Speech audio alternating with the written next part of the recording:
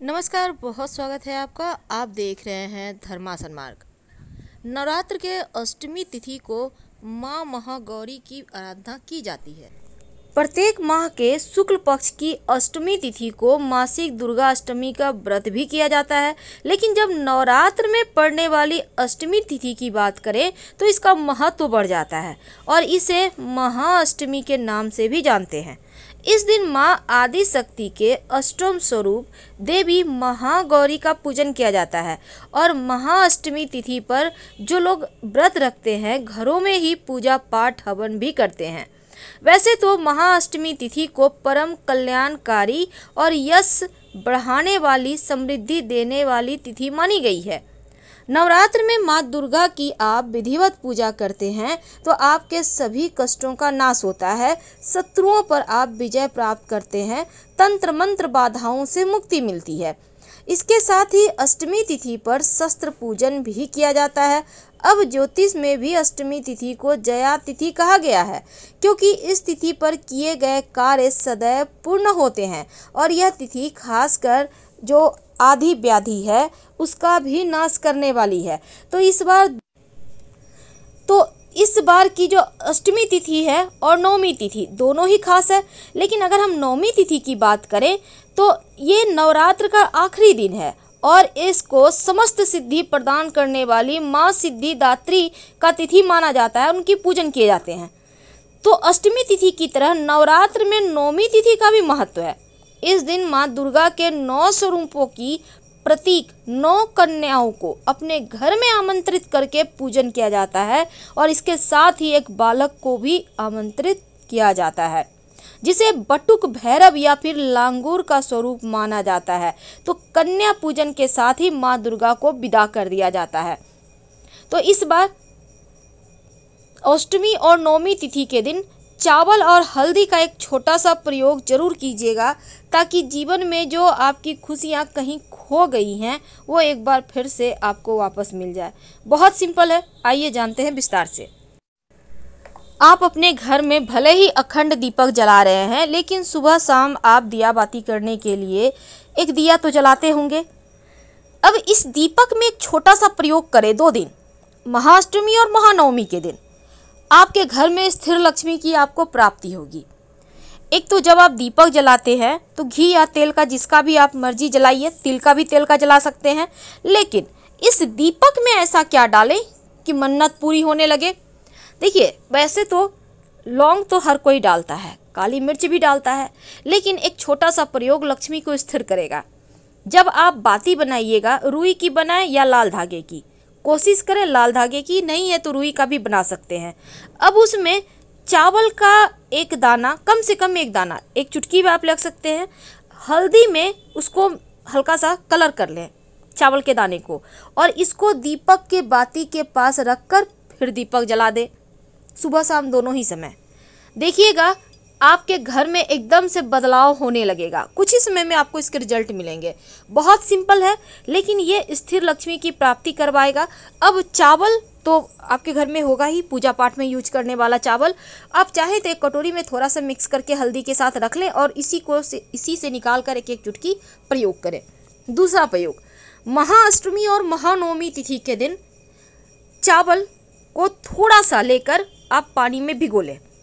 अब इसको पीस लें, 1 घंटा में भिगो फूल जाएगा वो, तो उसको पीस लें, मिक्सी में भी पीस सकते हैं। हल्दी का पाउडर मिलाइए और इस घोल से अपने घर के मुख्य दरवाजे के बाहर की तरफ से चौखट में, या तो ऊपर में बीचों बीच या दोनों साइड, स्वस्तिक का निशान बनाइए चावल और हल्दी के घोल के मिश्रण से। और ये स्वस्तिक जब बनाइएगा तो स्वस्तिक के दोनों तरफ 2 खड़ी रेखाएं जरूर डालिएगा।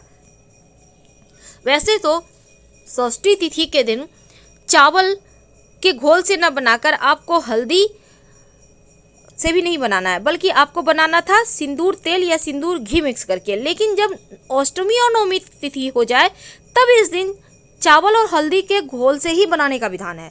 ऐसा करने से जो आपने स्वस्तिक बाहर की तरफ से बनाया है, एक तो हल्दी नकारात्मक शक्तियों को भगाता है और जो चावल है वो लक्ष्मी को बुलाता है, यानी दरिद्रता बाहर और लक्ष्मी अंदर। तो ये प्रयोग आप दोनों तिथि में से किसी भी एक दिन कर लीजिए। और इस प्रयोग को आप जब बनाइएगा स्वस्तिक तो बहुत बड़ा बड़ा मत बनाइएगा, कम से कम 9 अंगुल से छोटा ही हो तो अच्छा। छोटे छोटे सुंदर सुंदर 2 बना लें, दोनों तरफ चौखट में या फिर ऊपर में ठीक बीचों बीच। और अगर स्वस्तिक नहीं बना पा रहे हैं तो ओम का ही निशान बना लें।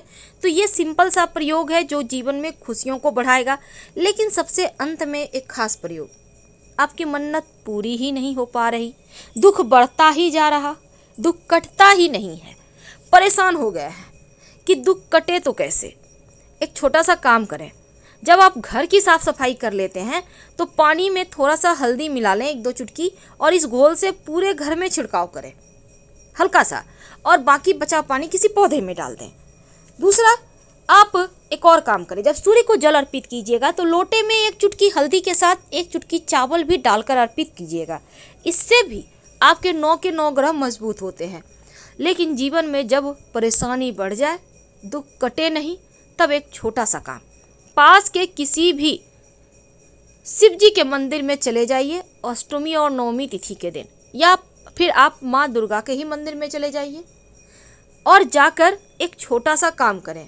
मंदिर के दीवार पर सिंदूर और घी या सिंदूर और तेल मिक्स करके, कोई भी तेल, या तो तिल का या फिर सरसों का, स्वस्तिक उल्टा बना दें। ये उल्टा स्वस्तिक है।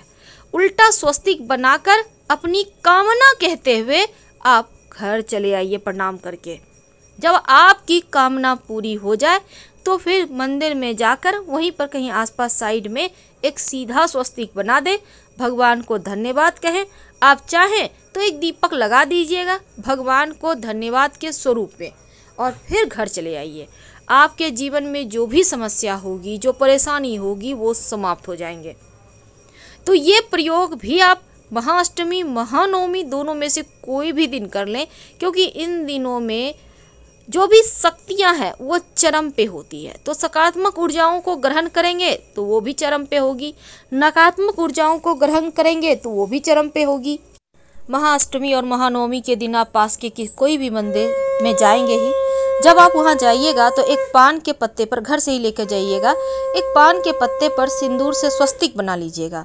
सिंदूर में आप चाहें तो पानी मिक्स कर लें या फिर तेल घी मिक्स कर लें, तेल नहीं घी मिक्स कीजिएगा। अब इस पर 2 लौंग रखकर, आप चाहें तो कुछ मिश्री के दाने रख दें और लौंग इलायची इस पान के पत्ते पर ही रखकर आप देवी माँ के मंदिर में जाकर वहाँ पर उनको भेंट कर दीजिएगा। जीवन की समस्त बाधाएं भी समाप्त होंगी और आपको आपके मनचाहा वरदान भी मिलेंगे। फिलहाल आपसे विदा लेंगे। हर हर महादेव। धन्यवाद।